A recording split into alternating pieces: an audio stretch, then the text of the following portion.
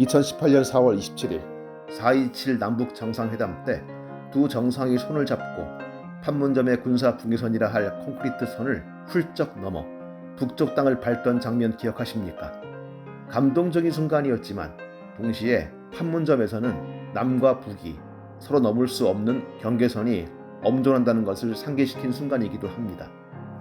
원래 판문점에는 남과 북의 경계선이 명확하게 그어지지 않았습니다. 그래서 남과 북의 경비병과 기자들은 곧잘 뒤섞였고 심지어 추석 같은 명절이 되면 술자를 나누면서 형 동생 먹기도 했다고 하니까요.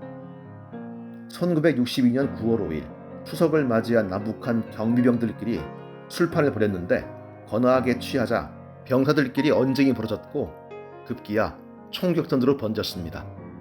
이 사건으로 북한군 사병 3명이 사망하고 장교 2명이 다쳤죠. 형 먹고 아우 삼아 웃음을 나누다가도 여차하면 총을 겨누고 죽이고 치명적 상황에 빠져버릴 수 있었던 곳. 이런 판문점을 들고 났던 사람들 가운데 북한 인민군 군관 박철이란 자가 있었습니다.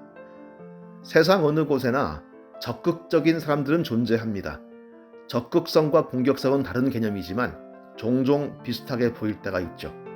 더구나 적대국가 간의 군인들끼리는 더욱 그렇습니다. 박철이란 이는 적극적이고 공격적이었던 군인 중 하나였습니다.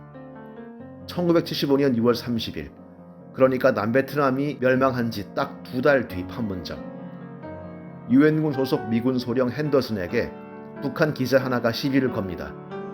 네 나라로 돌아가라우! 북한 기자가 침을 뱉고 주먹까지 날리자 핸더슨 소령도 맞대응했는데 북한 경비병들은 기다렸다는 듯 핸더슨을 덮쳐 무자비한 폭력을 퍼부었습니다. 한국 군들이 달려와서 뜯어말렸지만 폭행 피해는 심각했습니다. 핸더슨 소령은 목뼈가 부러지고 장이 파여드는 중상을 입었는데 이때 맹활약을 한 게 박철 중이었습니다. 그는 구두에 쇠징을 받고 다녔다고 합니다. 또각또각 쇳소리를 내며 좌중을 기분 나쁘게 했던 그 구두를 가지고 박철은 미군 장교를 사정없이 밟아버렸던 거죠. 박철은 쇠못 구두의 사나이로 미군 사이에서 악명을 떨쳤습니다. 그로부터 1년 뒤 1976년 8월 18일 유엔군의 시야를 가로막던 미루나무 가지치기 작업이 벌어졌습니다.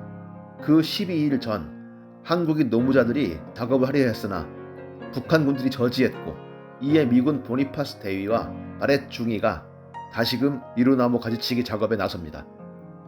인민군들이 다시 몰려왔고 시비 끝에 인민군 지휘관은 죽여! 란 명령을 내지릅니다. 그가 박철이었습니다. 보니파스 대위가 구타를 당해 쓰러진 뒤 인민군 한 명이 작업자들에게서 빼앗은 도끼를 그 뒷머리를 향해 휘두릅니다. 보니파스 대위 절명. 바렛 중위는 필사적으로 유엔군 수소 쪽으로 도망갔지만 이내 덜미가 잡혀 얼굴을 알아보지 못할 정도로 폭행을 당한 후 후송 중 사망합니다.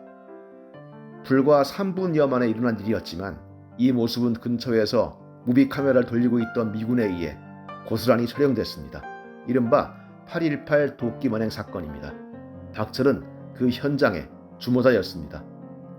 베트남 전쟁에서 패배한 후 의기소침해 있던 미국이지만 자국군 장교가 도끼에 맞아 죽었다는 뉴스 앞에서 능히 북한을 날려버릴 만한 전력을 동원해 압박에 나섰습니다.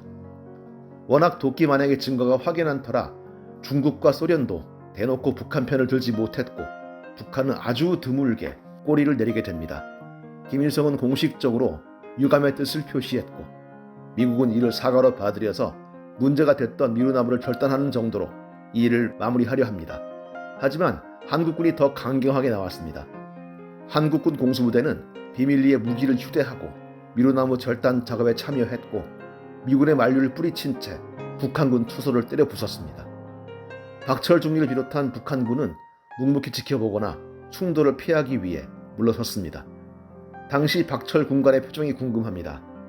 명령을 받고 한 행동이건 그 스스로의 판단이건 8.18 도끼 만행 사태의 주역으로서 그는 대체 어떤 얼굴을 하고 있었을까요? 이 사건 이후에야 판문점에는 명확한 남북 경계선이 생겼습니다.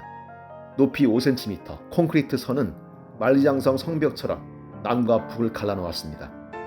박철은 그래도 판문점에 남아있었다고 합니다.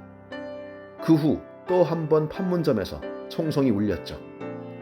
1984년 11월 23일 소련인 관광 가이드로 판문점에 왔던 바실리 마투초크란 사람이 회담장을 촬영하던 중 별안간 군사 분계선을 넘어와 망명을 요청한 겁니다.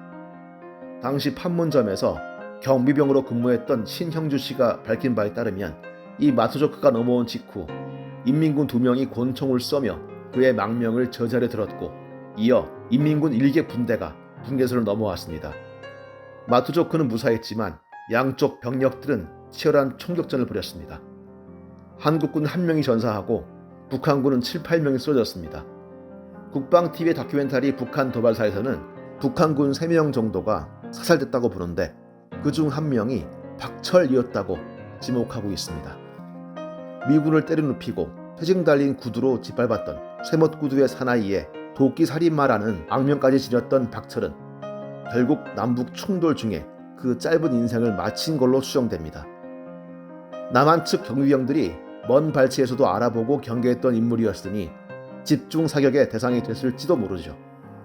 어쨌든 박철은 그 후 판문점에서 사라졌고 나타나지 않았습니다. 나이도 모르고 고향도 알 길 없는 그의 난폭함이 끔찍하게 징그러울 망정 그의 최후가 인과응보다 싶다가도 슬며시 안쓰러워지는 이유는 남쪽에서도 비슷한 사람을 너무 많이 봤기 때문일 겁니다. 빨갱이라면 무슨 짓을 해도 괜찮다고 굳게 믿었던 사람들, 빨갱이라고 지목됐다는 이유로 짐승 같은 고문을 퍼부은 사람들, 자신들이 빨갱이라고 믿는 민간인 머리를 수박처럼 깨버리고 대검으로 찌른 사람들 역시 박철이 발휘했던 잔인함의 체현자 아니겠습니까? 8월 18일 도끼 만행의 날 박철 중위를 떠올려 봅니다.